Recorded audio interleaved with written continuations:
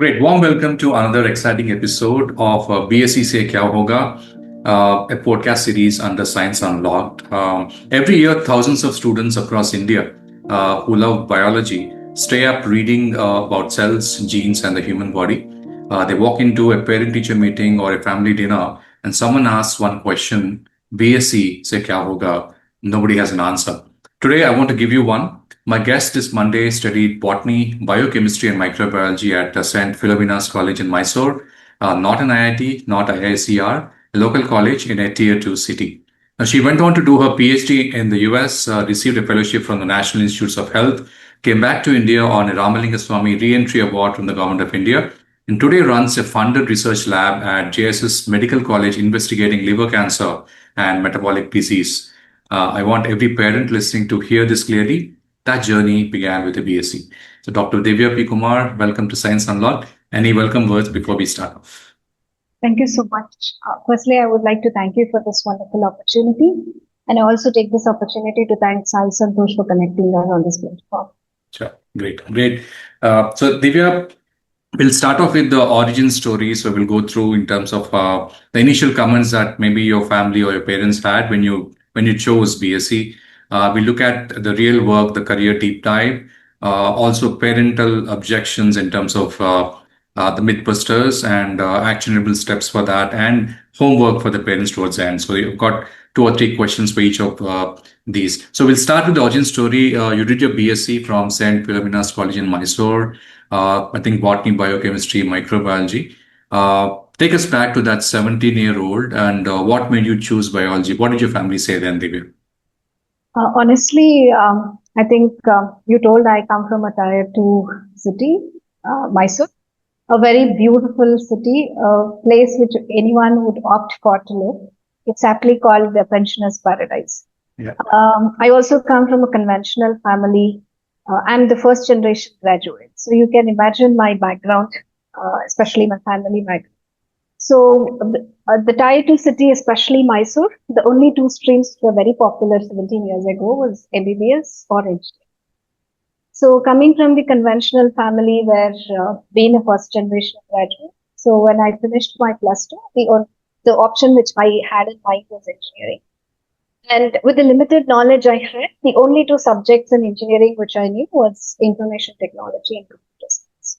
Yeah. So with that background, with the scores I had with CET, and I also was very specific with 2 colleges in mind, JC and NIE in Mysore. So as I said, very protected family, and I knew the financial status of my family. Knowing that we are 3 girls, I want to say this because there are many girls and parents who would be watching it from tier 2 city, I think, which is still okay. But if parents are watching and the girls are watching from tier 3 or tier 4 city, I would like to bring to their kind of this. So I think being the first child, a girl child in the family, by nature, you get that responsibility that you need to make sure, the financial stability of the family is not disturbed. So keeping all that in mind, and also the score, I was very clear that my family would not be very happy and support me if I want to go outside myself. So, and also the limited knowledge. I think today I'm sort of able to talk to people, network. 17 years back, coming from with this family background and being an introvert, it was very hard for me to break the ice, network with people, talk about the courses which were existing in engineering. So with the 2 options of information technology and computer science, I was like, okay, these 2 subjects, I would not be getting seats in NIE and JC. But never, I think after 2-3 years in BSc, I got to know there are other subjects like industrial production, environmental science, which also had huge option. But then in 17 years back, I was like, okay, I couldn't get through information technology and computer science. So the next option was biotechnology. It was sort of booming and 17 years back. And then I said, okay, let me choose biotechnology. But in St. Philomena's College, the option with biotechnology was zoology and chemistry, which I didn't want to. So the best option was botany, biochemistry, and microbiology. So I opted for BSc. And as I said, I think my parents had no clue. The question was there. I could see a very clear question mark on my parents' face. because throughout the courses I was scoring very well. I was top in the class. So the question is, why BSc now? Mm. But then they didn't object me. I think that's the best part even today, and I count it as a blessing where my parents have never cut off my wings. They've always stood behind me, supported, despite not knowing much about the education system. They've always said, okay, whatever choice you would make, we will be there for you. So I think with that confidence, I took up BSc, Botany, Biochemistry, and Microbiology in Mysore. Great, Divya. I think you went from Mysore to Virginia Commonwealth University in the US for your PhD. What was that leap like, emotionally, practically, and what made you believe it was even possible? Emotionally, it was a huge leap. And again, as I said, as a first girl child with other two siblings, I had my responsibility, and it was a clear guideline defined by the family like, okay, after masters, we have to get you married. That is also the family background. I've heard people talking about three girls, how would they settle down? Yeah. So with that family background, my point was I also, along with my goals in life, I also had to put my parents' life in ease. So I also, and I think that's where, as they say, luck favored the prepared mind.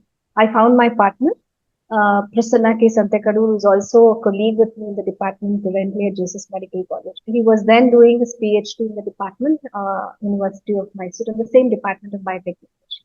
Great. So things fell in place. I also had set of rules that was very well defined in family setting.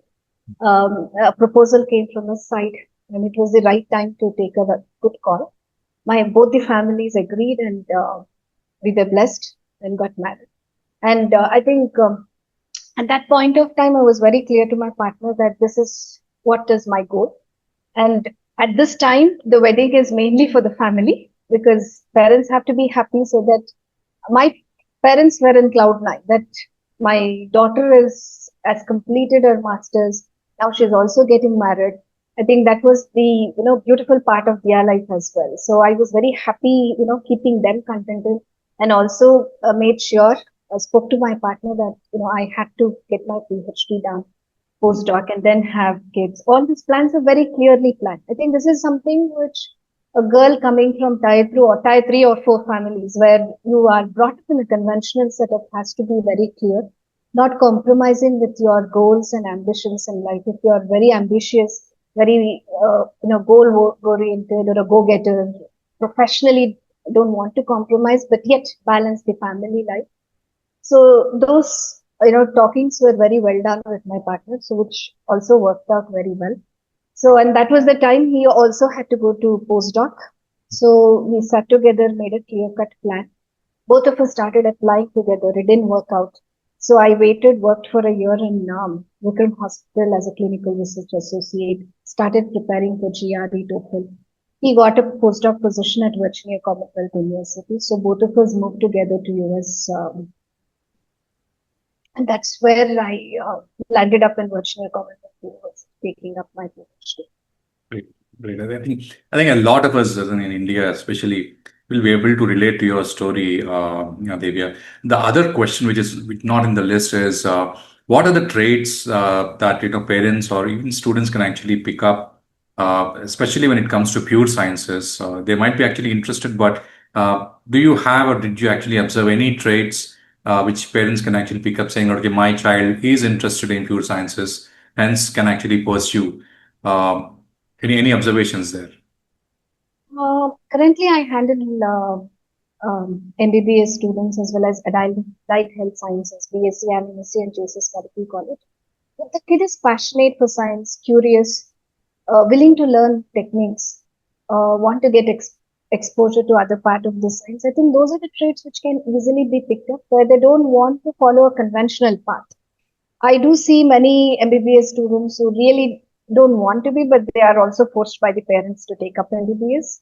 But I think it's important parents give that opportunity to the kids to explore and make their own choice so that they enjoy the career which this is. I think being a parent myself, I also see where the stress comes from to the parents that in India specifically, parents are concerned about stability, money, career, I think these are the three concepts which force them either to go to MBBS or engineering, which is also sort of misconception because there is no much awareness created in parents that the landscape is changing. It's not just engineering and medicine. There are other fields which are of career settlement can that career they could opt for a good career, still make money, they can get into industry, academia. I think that awareness is not there in parents. I think as academician, I always believe that in addition to training students, we also should make an effort educating parents that there are other options available, and those options can also build career in which your kids can be happy pursuing that career. Absolutely, Devi. I think that's the intent of the BSc Kya Hoga podcast series as well. Coming to your career deep dive, the real work which you did, you received a NIH T32 postdoctoral fellowship at Virginia Commonwealth University. For parents who hear NIH but don't know what it means, what is it? Why is it competitive? And what does winning it say about the global standard of bioscience as a career? Yeah, I think I can answer. It's very close to my heart because when I said I got an NIH fellowship, nobody at home could understand except my two sisters. They were like, "What are you up to? You're done with PhD now. It's time to start your family. Why again another set of postdoctoral training that you're undergoing?" It was very hard for me to explain them why I needed an NIH fellowship. I think when we moved to US, there was a lot of struggle because I moved with J2. I had to get work authorization without wasting a single minute. Right after getting into the United States, I started working, and that was the peak time of recession, 2019. So I took the work authorization, started working as a research technician, and then right after 1 year in 2010, I applied for the program, and then I got into the program in 2011. I think because I've heard this, because many people think if you're moving outside India, life is very simple, easy. There is no challenges that you would come across. But I would say there are much more challenges because you're emotionally challenged. Your family is not there for you at times when you really need them. So there are pros and cons of being staying in outside India and India. So right after that, I think I completed my PhD knowing that I wasted 2 years. So I had to stay in lab for long hours, which I also tell my students. At certain point, I think at certain point of your lifetime, you have to dedicate and not think of what people popularly call work-life balance these days. At certain point, balance is not that each day you would say 5 years I would spend for family, 5 years of professional life. The balance is in a week, 3 days could be more priority for the family. The rest of 3 days or 4 days could be for profession. And that's how the balance is set off. There is no clear definition that exists that you have a work-life balance. So I did spend late nights in the lab during my PhD times, and I completed PhD in 2014. And that's when we wanted to decide because both of us are in the science field, in the research field. So there was a dual body problem. My husband had to leave from Richmond again. He went to Baylor's Institute for his postdoc. I had to stay back alone, finish up the work. And then I also gave a couple of interviews so that I could move to UT Southwestern, where I also had the opportunity. But in the current lab, I had a better opportunity, so I stayed back. With all this, the NIH T32 fellowship is given only to US citizens and green card holders. So keeping that option, we also were working in the background to get our green card done. So there was a lot of homework that needs to be done. When somebody is able to, succeed or make it happen, I think many of us fail in recognizing the efforts that has been involved behind in the background, how much of work has been done just to get that fellowship. So continuously after my PhD for 2-3 years, we were working on that. And fortunately, we had the green card right after I completed my PhD. So I was eligible for T32 NIH fellowship. Otherwise, it's not easy to get in.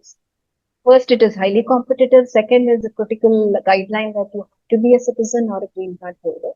So I had to meet that criteria. So I fortunately met that criteria, and then I could get into the NIH T32 fellowship at Virginia Commonwealth. Great story, Divya. Now you returned to India on a Ramalingaswami Re-entry Fellowship from the Department of Biotechnology, Government of India, a fellowship that exists specifically to bring back top Indian scientists from abroad. Now, what does winning it mean in terms of funding, independence, and recognition, Divya?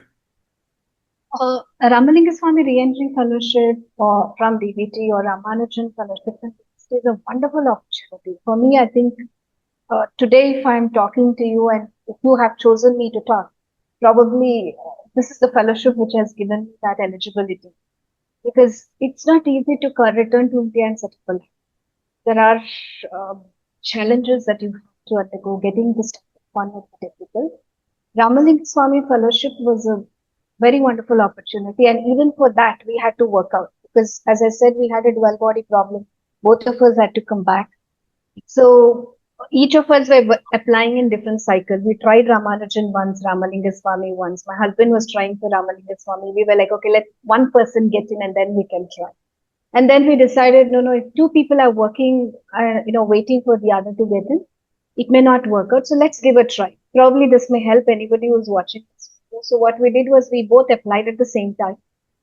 And we also took a suggestion from one of my mentors who said, write to DBT that you have a dual body problem because nobody is going to understand that both of you are couples because there would be certain criteria how the fellowship works and how these fellowships are distributed across the country. No two fellowships can be given to the same institute or same regional.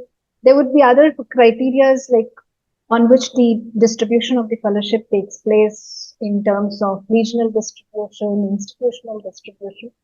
So I think that talk with the mentor helped us a lot. We did write a letter to DBT secretary, then Dr. Swaro, program manager, Dr. Meenakshi.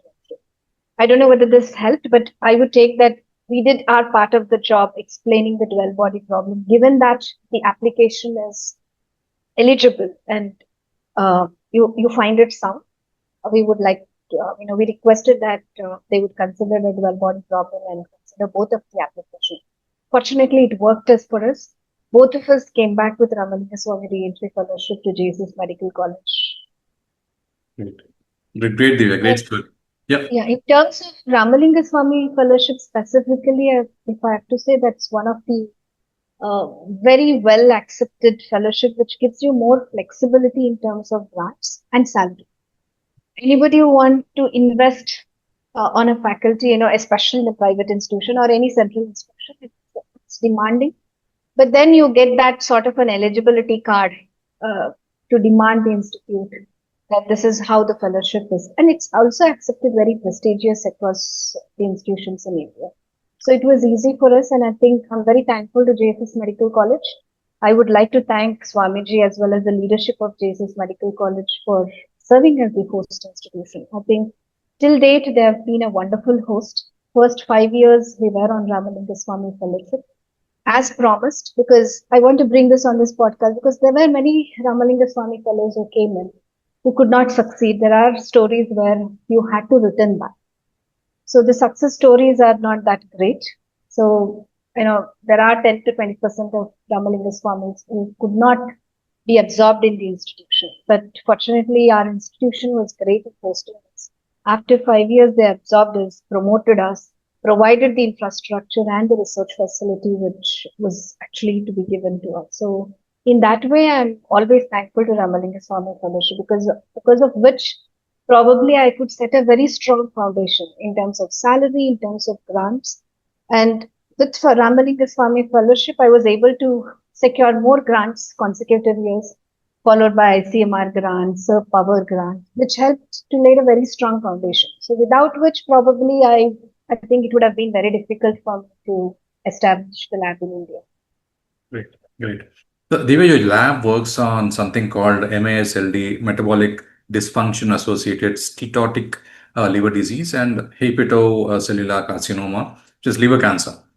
In plain language, what is your team actually trying to solve, and why does it matter for millions of Indians right now? If you say MASLD, I think the common citizens may not understand. So in a layman term, if I say fatty liver, everybody can relate to it very easily. So I work on fatty liver, understanding how is it caused, what is the molecular mechanism, and also understanding and finding out new therapeutic targets for fatty liver. Along with fatty liver is the main organ. So I also work on fatty liver and liver cancer, hepatocellular carcinoma specifically. And now we try to understand how the changes or the metabolism in liver could affect bone health, which is osteoporosis, muscle health, which is sarcopenia. So this is the overview of the work the lab is currently involved in. Why is it important? I think anybody, or if I say fatty liver, diabetes, obesity, it is more relatable to, or it's a layman can easily understand it. India has a rising occurrence of diabetes, obesity. We also have a specific phenotype called lean fatty liver, which is very much specific to the South Indian population or South Asian population. The common assumption of many of us is only obese people would get fatty liver. Unlikely Indians, though they are thin, they also get fatty liver because of diabetes and other genetic factors. So, if I term it as fatty liver or diabetes or obesity, people can actually understand what the lab is actually focused on. Okay, so we closely collaborate with clinicians, work with human patient samples. We have preclinical work, the mouse models that have carried out as part of the research cell culture work. So we try to correlate cells, mouse model, and the human samples and make it more of a translational research. Yeah. Sure, Divya. So I think we've covered the work which you actually did, your career to an extent and the origin story. Let's actually bust some myths of parents. Now, typical Indian parents believe biology after class 12 leads to medicine or nowhere. You chose neither engineering nor MBBS. You chose BSc biology. You did touch upon it, but I request you to expand on it. You ended up leading a research group, publishing in journals like the Journal of Biological Chemistry, and sitting on 5 international editorial boards. So, where exactly did that fear go wrong, Divya? As I said, I think it's important to interact with parents, create an awareness among parents as well. In addition to training students in the institution, doing an orientation class with parents also may help to explain them what is biology, what is bioscience, what are the options that are available, career options that are available, so that you remove that fear from the parents. For me, as I said, my initial thought was to enter engineering. So I was probably, if you asked me this question 17 years back, I would have a blank answer, like, because I had my own doubts. What am I going to do with BSc? Honestly, I think first 2 years of exploration, the teaching facility that was available, I could explore the opportunities very well. And also, as I said, with my background, we don't talk about education, geopolitics on dining tables. So it's very hard for somebody to get educated in terms of science. What are the options available? So I can say that in tier 3, tier 4 cities, how the setting of the family would be and how challenging it is for students to explore the option. So that's how I ended up. But I think as students, we also have to explore um, and understand what are the options that are available when you do BSc. It's not like I would finish my degree and then think of career options. I also want to bring an important point that not all engineers are well settled. This is something that you have to make parents aware of. I think majority of the parents think if my kid go to engineering or MBBS, they're settled. I think that's a newer misconception. No matter what field you choose, I think it's not the field alone. It's also an individual effort, establishment. How would they settle down in their career? So if that awareness is created, I think that fear of what next. The fear is not about the subject, according to me, how I've understood as a academician, researcher, as a parent myself. The fear is more about how will my child settle down in terms of money, in terms of career stability. These are the three things that any parent would be worried about. If that misconception is removed, I think all fields would be widely accepted. That landscape is changing. I think slowly parents are also becoming aware that it's just not engineering. There are more opportunities in industry, pharmacy, uh, be it entrepreneurship, um, which kids can opt for and settle down going forward. Sure, Divya. Now, many parents also worry about that the research is unstable. They'll say you'll be a postdoc forever, no salary, no security. What does the actual financial and career trajectory look like for a serious bioscience researcher in India today? And what are the real milestones and real awards according to you, Divya? Again, I think in terms of stability, if you talk about this, is that misconception that one after PhD has to keep doing postdoc is not true. I think that is a wrong concept that has been somehow deeply rooted in the system. Be it any field, be it engineering, medicine, if you don't excel, you're not going to excel in any of them. Yeah. Any student who should have a strategic plan should know what are the career options that he or she has to explore. That is when he or she can settle down well. So if you choose research, I would say yes, it is challenging. It's not an easy option because research is not, it's a marathon, not sprint. So one has to put in a lot of efforts. But given that if someone is very good with strategic planning, you have to define timeline in research. This many years is something which would be dedicated to PhD. PhD can be done in 4 years, 5 years, 7 years, 10 years. But then one has to define the timeline sitting with the mentors. So that planning and execution is very much important. So you finish your PhD, then how long are you going to do your postdoc? You have to set that timeline with your mentors. And then one has to plan. I mean, if you take up my case, I was very well planned that this year I have to finish my PhD and then do a postdoc for 3 to 5 years and then look up for job opportunities. And then rather than waiting until your degree is completed, right in your BSc, first year or second year, I think kids need to explore the options. Am I interested in research? Am I interested to get into industry or stay in academia? The options are more. I think it's only up to them to explore. They can look up and go for summer internships, get into labs, get some research experience, contact mentors. These days, it's not very difficult because you have emails through which you can approach the mentors. So get an exposure. What is your interest? And then make a choice accordingly. And then if your choices are clear by the time you are completing your masters, and then you can see how well you want to go. Do you want to enter industry, get the PhD completed? And right after PhD, yes, academia is my interest. Then get into professorship or industry is my interest. So that clear-cut planning has to be done. And I think this planning is not very limited to research. Even if you choose engineering or medicine, I'm sure they also have to have a clear set of plan. MBBS 5 years, then what next? They have to clear up their exams for MD, DM, DND. So there is no sort of an end that if I choose engineering, I'm going to settle down. Then if I choose MBBS, I'm going to settle down. Any career needs a proper planning. I think probably if you are in that particular stream, you'll understand the struggles and challenges of that particular thing. So as a researcher, I would, no, because I have undergone the phases. I strongly believe if you're planning your career well, you don't need to be a postdoc for a long time.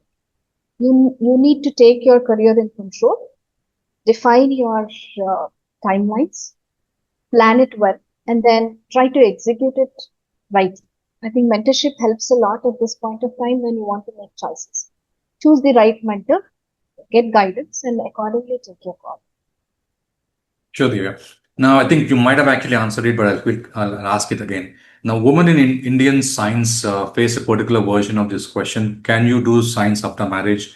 No, after children? Did you actually face that pressure?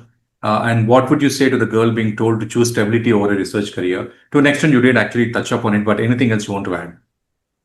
This is a very common question. Everybody would be asked in any of the interviews. Okay, you're married. Okay, they are okay. You're married and still science can do. Okay, then the question mark is very clearly seen on any person who's on the interview. I think uh, sort of a question should not be women-centric anymore. Personally, family is a responsibility of both.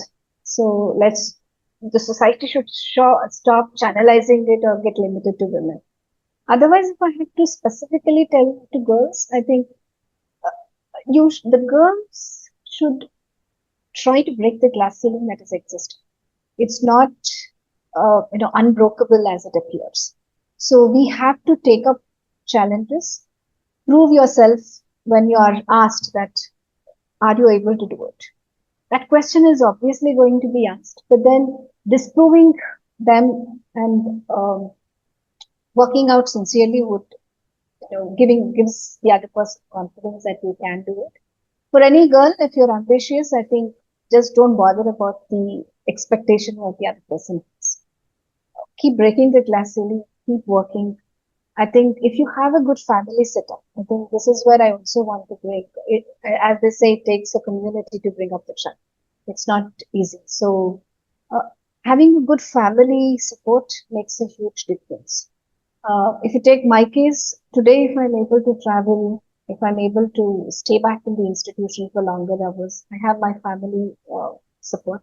My parents are still there, my in-laws are there, my spouse is there, my sisters pitch in whenever there is a need. So that family support matters a lot.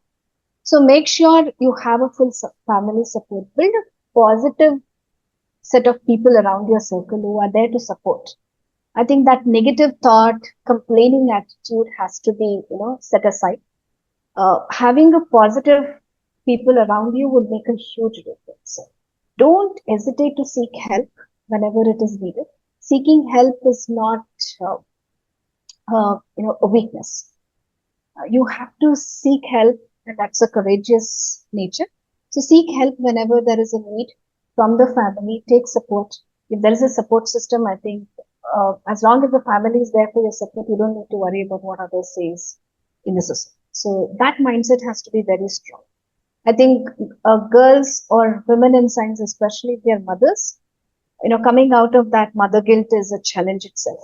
So you have to ensure that uh, you have to get out of it. No, at any point that you feel it, there's no other option. And understanding that life doesn't come as a wholesome package is also something that we have to realize.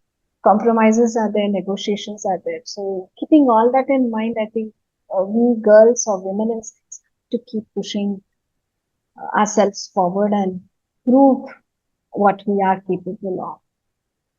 Sure, Divya. I think the next section is on the roadmap, especially for students and parents.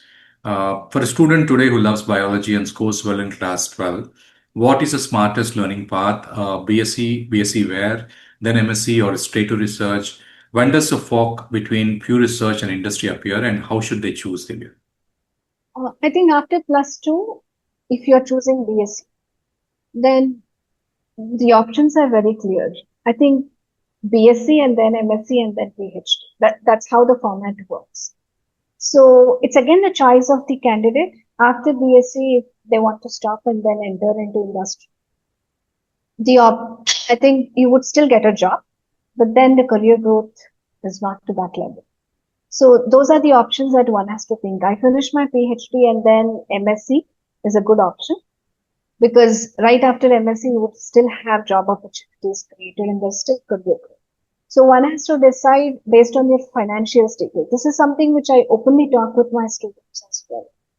When they come to me right after, it's not a protocol that you have to follow. This is something which students think BSc to and then MSc. And then after MSc, okay, we will settle down with the job, or PhD is sort of a question mark. Should I go or should I not go? And few opted PhD because they think they can do postdoc and settle. It's not about settling in career. It's all about what you want, how you want to be in life or how happy you want to be making that career choice.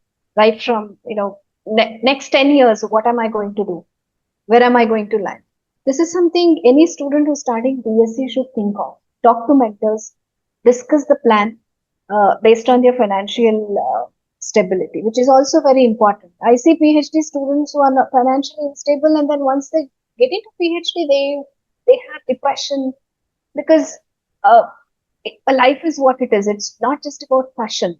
There are practical applications that you have to think of, which I clearly say anybody who comes to me for PhD when they ask, should I do PhD? I ask them, what is your financial status? Because PhD, there's a limitation with funds, fellowships. So you also have to be practically knowledgeable in how you want to complete your PhD within the given requirement. So make a choice, BSc and MSc. Don't limit yourself just for that mere degree.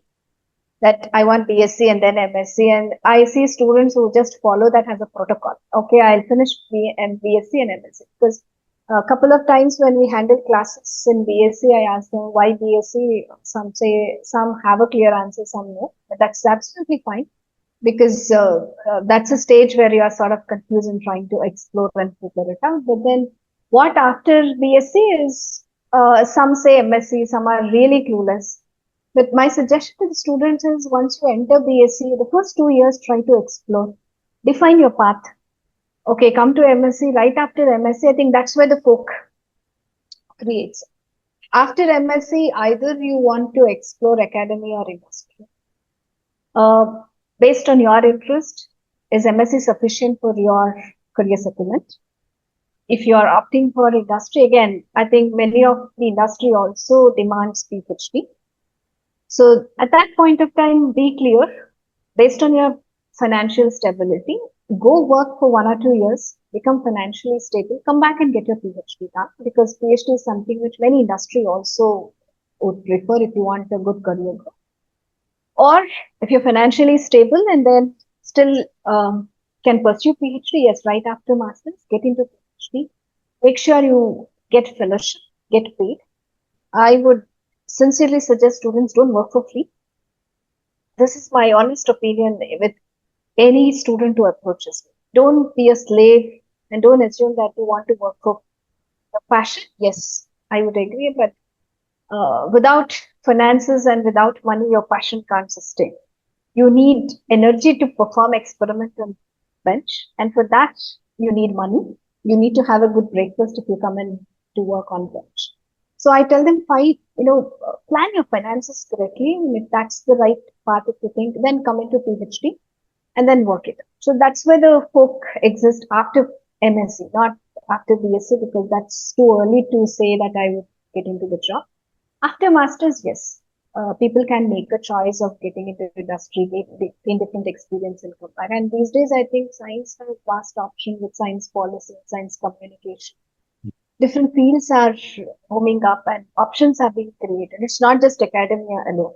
So when students come to me for PhD, first year I train them, and second year I ask them, do you want to be an academician or do you want to go to industry? And I'm totally open for that, so that they do what they like and love at the end of the day.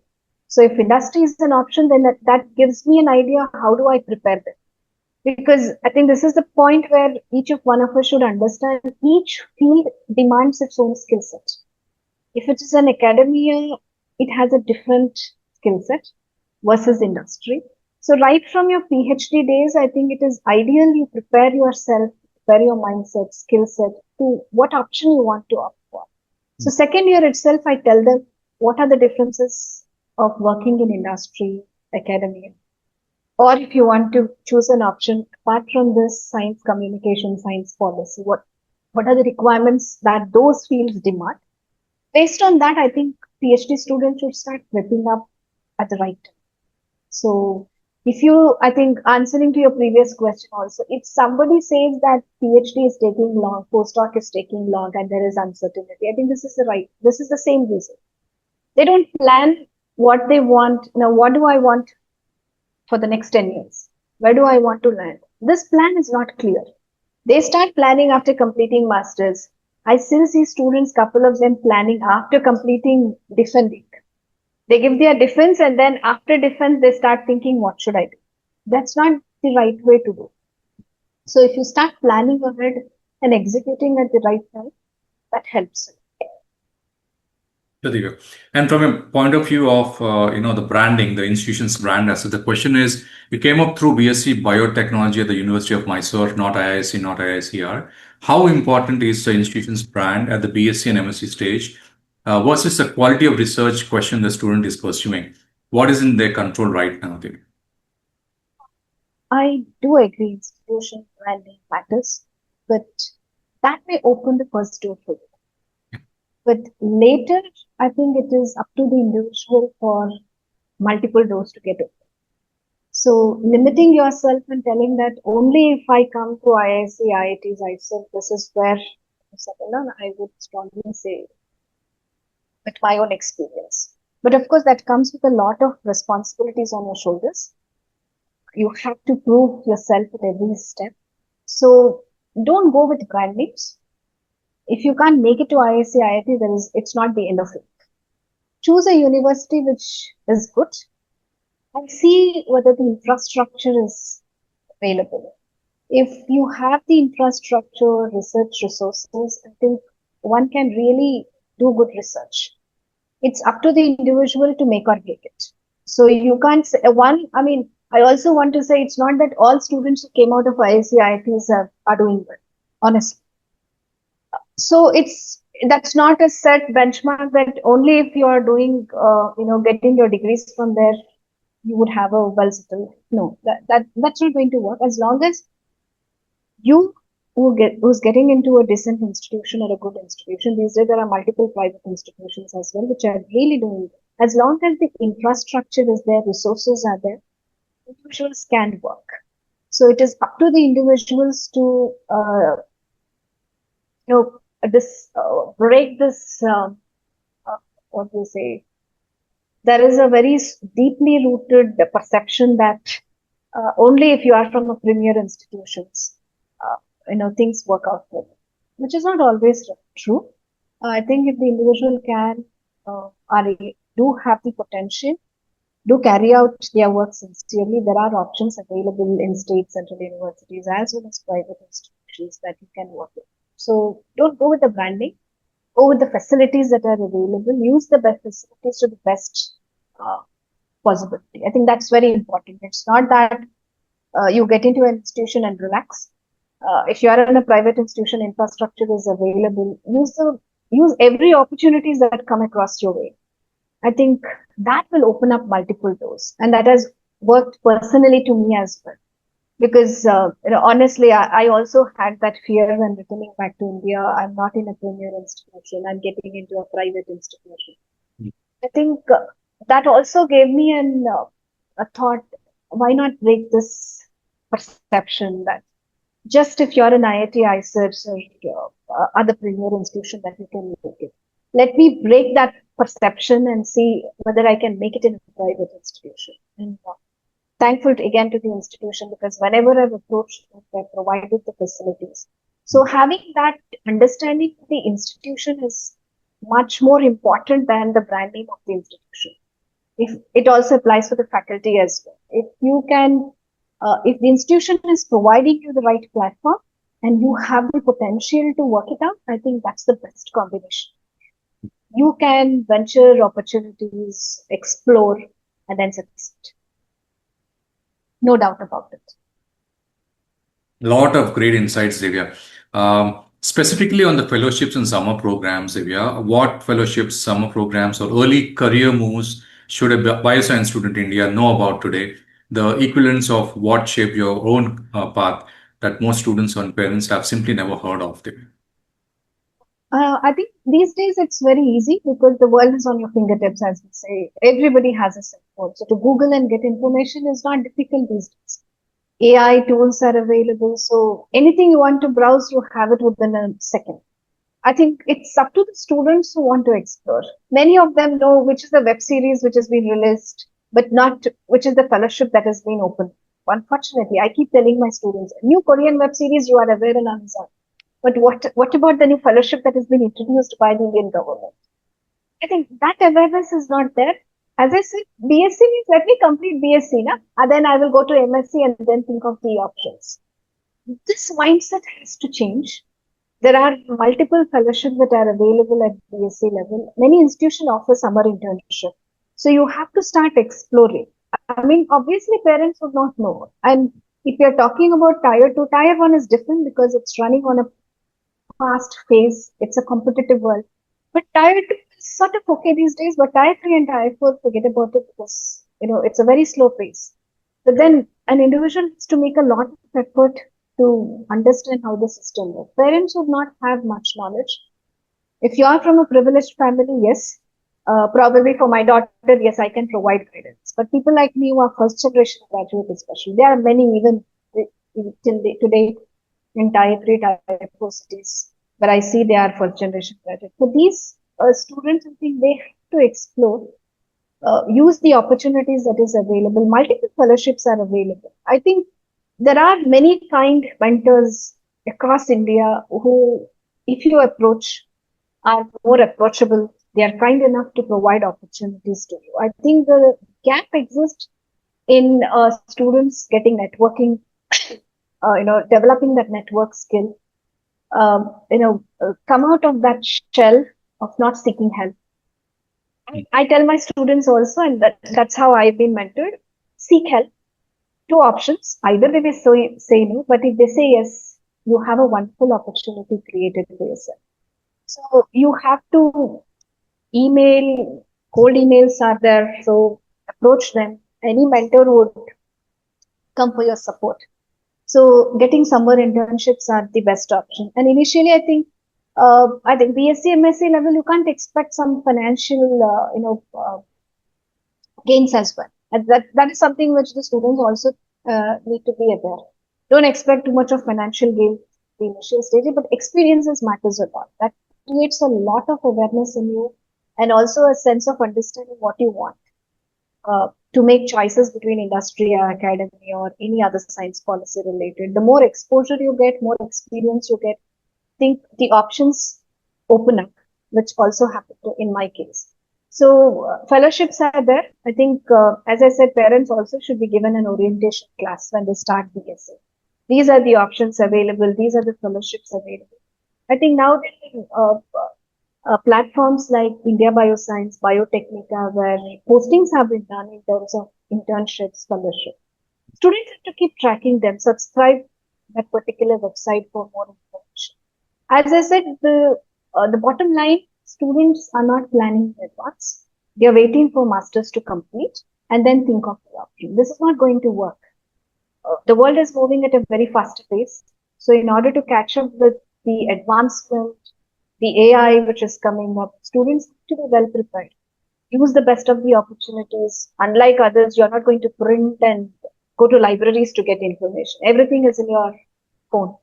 So you make the most opportunity of it, get good mentors, talk to people, see what are the options available. Fellowships are there, so people can look up. And all of these need prior planning. It's not like BSc, your project work comes at the sixth semester or eighth semester, and you start looking up at that particular semester, thinking that everybody are open to you to welcome you into a life. Which is, I think, this is also the misconception in students, and they are depressed and disappointed that nobody is giving me an opportunity, because the time they approach is at the end of the time. They start approaching people or mentors, looking out for lab or industry internships at the last semester, which they have to get in. I think a student has to plan in their first year, right? At least 2 years before, look up for options and see and explore the option, which is not happening to a certain extent. So I think if that gap is filled and students are, that awareness is created in the students, science would have a great future. Absolutely, Divya. I think what I was able to relate, Divya, was the fact that we have Claude and ChatGPT, and the AI specifically pretty common and popular. I quickly wanted to share because just a month back we were actually looking at a learning path for my child who was very interested in chemistry, in pure sciences since class 7, 8, and 9. So we could create a beautiful learning path. The plot actually did the research, shared in terms of what are the top institutes, what are the summer programs, what are the fellowships. It actually listed them pretty clearly. Also, the research topics you can actually pursue. And luckily, because I'm an alumni of Sri Center of Higher Learning, I had my own batchmates who did research after their BSc, MSc, either physics, chemistry, or maths. So I actually shared, 3 or 4 profiles to Claude, and it gave a beautiful design which actually helped him understand in terms of the career path. Something which I could relate to what you were saying, the fact that you should not be thinking from, let's say, the third year or MSc's last year in terms of what should be doing next. But even before BSc, if you have a line of sight in terms of where it can actually take you, I think that will be very helpful both for the parent as well as for the children as such. Uh, Yes. I uh, think at BSc level, students have to take up the ownership, not depend on parents anymore. Yes, they are there to support you, guide you, but I think the responsibility has to be on the students. Start exploring, look up what is available. Obviously, parents are there for your support. Yeah, that has to be, that sort of a responsibility has to be created to students. I keep telling them, enough of depending on your parents, start exploring. Obviously, they are going to support you, but if you are not ready to do it, what's the use? Parents do a lot of homework for your career. Yeah, that is very important. Absolutely. And we covered the last section of the Monday homework where, we're actually asking parents to go and Google or use ChatGPT, Claude to come up with a learning path. I think we did cover that. But I found this podcast exceptional. It's like an orientation, not just like, it's an orientation for the parents and the students who want to, choose any career path specific to pure sciences. I think you gave lots of practical tips. You shared your own experience when it comes to deep diving in your own real work, which you did. Busted a lot of myths, I should definitely say. I think a lot of parents and students would definitely find insights which can actually help them uh, come up with executable or actionable steps, Divya. So I think I'm done with my questions, but anything else you want to share before we close? I think one tip that I want to give for the parents, uh, let your child choose their career. Don't force them. Of course, I understand your panicness or the concern that you have for their career stability, but uh, in addition to that concern, I think it is also important that we start exploring how the landscape of education system is changing these days. That is very important. And along, no career has a stable sort of a setup these days. Every career has its own challenges, pros and cons. So let your child choose what is best for them. Because at the end of the day, they need to love their job, because of which many are unhappy these days and getting into depression. They are not happy with their job. It seems more a burden, especially if you are coming to research. My two cents is, if you don't have passion, if you can't take up failures, this is not a platform for you.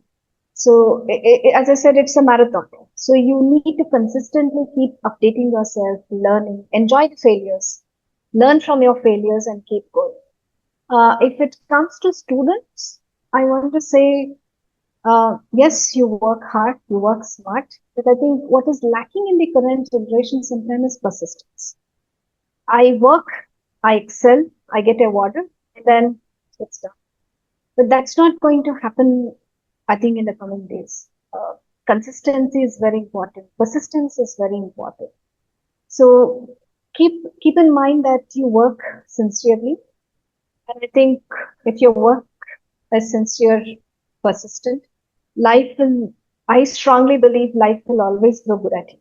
So there is no disappointment at all. So these are the points that be it parents keep in mind, and students only have to keep in mind and keep going. Obviously, I have a very long way to go, but reflecting and coming from a conventional family and especially from a tier 3 city, if I can do it, I think at this point of time, reflecting my own career path, if I can make it, I think I strongly believe, and because of the opportunities and the availability of information and resources these days, any girl who's sitting in a tier 3 or tier 4 can also make it. And I use this platform to also say is, if you want to connect with me, please connect through LinkedIn. You have the email as well as WhatsApp number. I would be happy to provide guidance, which I've been doing as a Ramalingaswami fellow also, because I never was well prepared to come back to India and set up it. So I was not aware of the challenges. After coming back and setting up the lab, I understood how the system works. What if I had that preparedness was the question I constantly kept asking. Probably if I knew this, I would have, completed my work within a month. Probably if I knew this, I wouldn't have committed this mistake. These are the learnings that I kept asking myself. And I also made a point. I participated in, panel discussions, wrote columns about Ramalingaswami Fellowship. I also wrote it on LinkedIn that anybody who wants to approach me, please feel free. And I've been doing it sincerely through either responding to their emails, or if they want to have a WhatsApp call with me, I make time so that, I don't want somebody to undergo the same, which I have undergone. Life is too short to commit mistake and learn from them. Probably, I think we need to learn from somebody else's mistake and make sure we don't, we take a different turn. So that's very important. Specifically for girls, I would want to say this: don't compare your life with someone else, which is very, very important. Your planning, your strategical planning, how you want to build your career is very directly connected to your family setting as well. So if it is working for someone, it may not work out for you as well. So decide based on how you want to be, based on your family setting, so that you have a work-life balance. And for me, it's a professional and family balance, because I don't actually go with the term work-life, because that's more controversial. I would say if you want to have a balance between professional and personal life, make your own choices. As they say, the sun and the moon shines at their own time. So let's make it clear that part, have a positive attitude, and keep helping each other in success. That has been a very inspirational podcast, Divya. Thanks so much for your time. I think I'll pull you back to another topic sometime soon, Divya. Thank you so much. Yeah, sure. Thank you so much for the opportunity. Yeah, it was